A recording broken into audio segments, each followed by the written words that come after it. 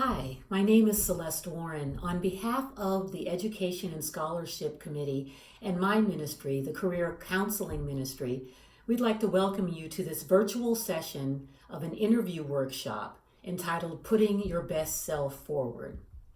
But first, I'd like to talk to you a little bit about Bethlehem Baptist Church's high school scholarships. The scholarships are financed with contributions from the Bethlehem Baptist Church congregation and various ministries, with the goal to recognize achievements of high school seniors who have exemplary community and church involvement and academic achievements.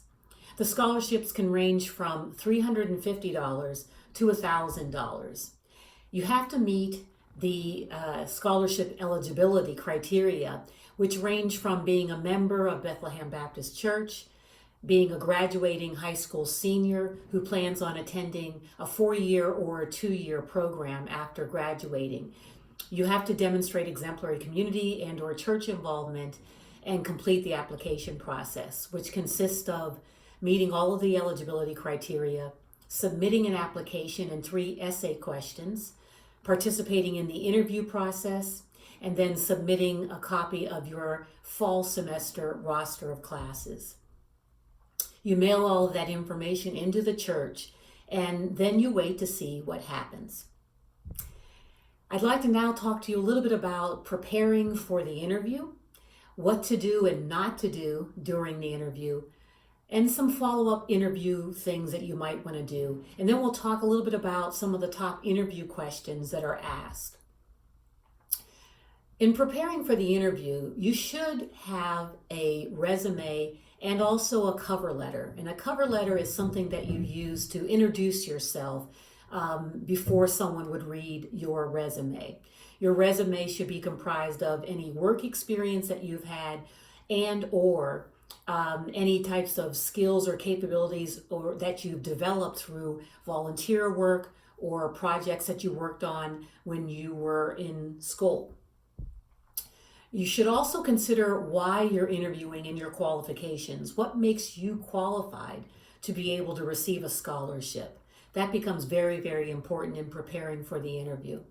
You should consider your answers to common interview questions, and we'll talk a little bit about this later on in this virtual session. You should practice your speaking voice and your body language. You should prepare several thoughtful questions for the interviewers as a follow-up. You should practice, and practice. Make sure that you're practicing for all of the things that you're going to be doing during the interview process. And then dress for success, whatever that may be. You want to look professional when you conduct the interviews and you're sitting there in front of the interviewers. You should stay positive throughout the interview. A positive conversation is key to a successful interview. Interviewers don't want to hear a litany of excuses or bad feelings about a negative experience, even when it's legitimate. Watch your body language. What you don't say can be as important as what you do say in job interviews. Understanding and maximizing your nonverbals, your smiling, your eye contact, handshake, your posture, and the like will help you to succeed in the interview. Be real. Speak clearly and enthusiastically about your experience and your skills. You should be proud of your accomplishments and be professional, but let your personality shine through. Seal the deal. When both sides are done with the questions and the interview winds down, thank your interviewers for their time and ask them when you would expect to hear from them about the results of the interview. Now, I'll talk a little bit about what not to do during the interview process. Don't be late. Don't forget copies of your resume. Don't trash a previous interviewer or teacher or employer. Don't lack enthusiasm. Make sure that you have a lot of enthusiasm as you are having the interview. Don't forget to ask questions at the end of the interview process. When they're done asking their questions, you should have some questions for them as well. And then also don't talk too much. You want to make sure that you are talking to the employer or to the interviewer, but you want to make sure that you're not rambling on as well. Now, I'd like to share with you some of the top questions that are asked during the interview.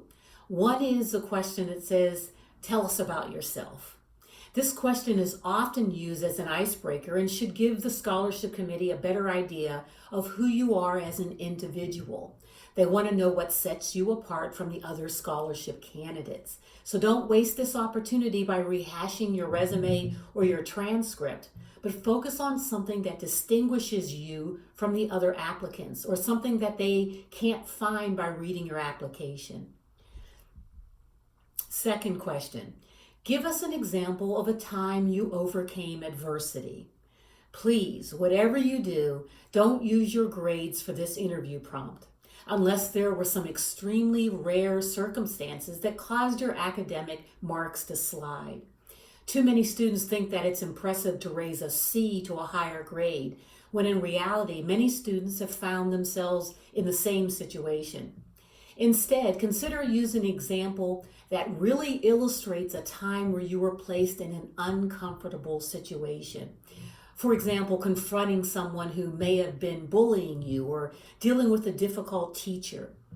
Other potential answers could include instances of discrimination, being wrongly accused of something, or a sudden change in your family's finances and what you did about it to help. Even working on a group project with other students is another example of how you overcame adversity in a project at school. A third question is, where do you see yourself in 5 years? Now, don't let this one throw you. It's basically the scholarships committee's way of finding out if you have a game plan or you're just winging it. Try to envision where you want to be in 5 years and then figure out how you're going to get there. The fourth question would be, how do you plan to use this scholarship money? If you were about to give someone $1,000 or more, wouldn't you want to know that it was going to be spent on something worthwhile? That's the same reason why the scholarship committee is asking you this question. It's one thing to say you need money for college, but it's quite another to actually show a provider where the proceeds will be put to use. Plan ahead by creating a budget that spells out a provider where the proceeds will be put to use. So that's really, really important. Talk about your estimated expenses for obtaining your degree, and don't forget to include any anticipated income you may receive from your family or other resources. Assure the committee that you are applying to other scholarships as well.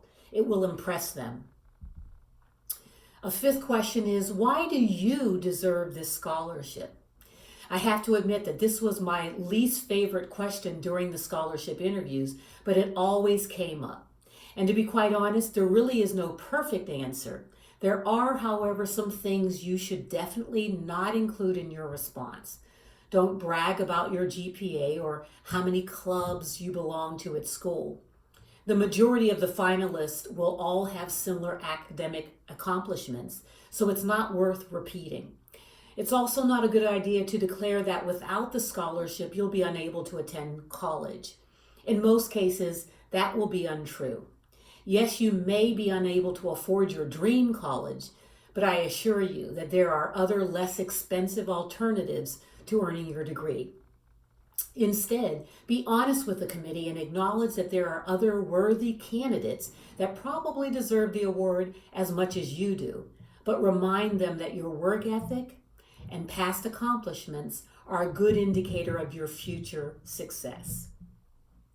Now let's talk a little bit about follow-up after the interview. You want to make sure that you understand and you know the names of all your interviewers. Take the time to write their names down, your impressions, and any remaining questions that you might have. And then send them a nice thank you note. Follow up the interview with a thank you letter. This shows your strong interest in the company, your sincerity, your attention to detail. And it also shows that you really care about the opportunity to receive this scholarship from Bethlehem Baptist Church. On behalf of the Education and the Scholarship Committee and the Career Counseling Ministry, I want to thank you for taking the time to listen to this virtual workshop. And also, I'd like to thank you for participating. And then also, please take these things into consideration around preparing for the workshop, for the interview, what to do during the interview, and then also how to follow up after the interview.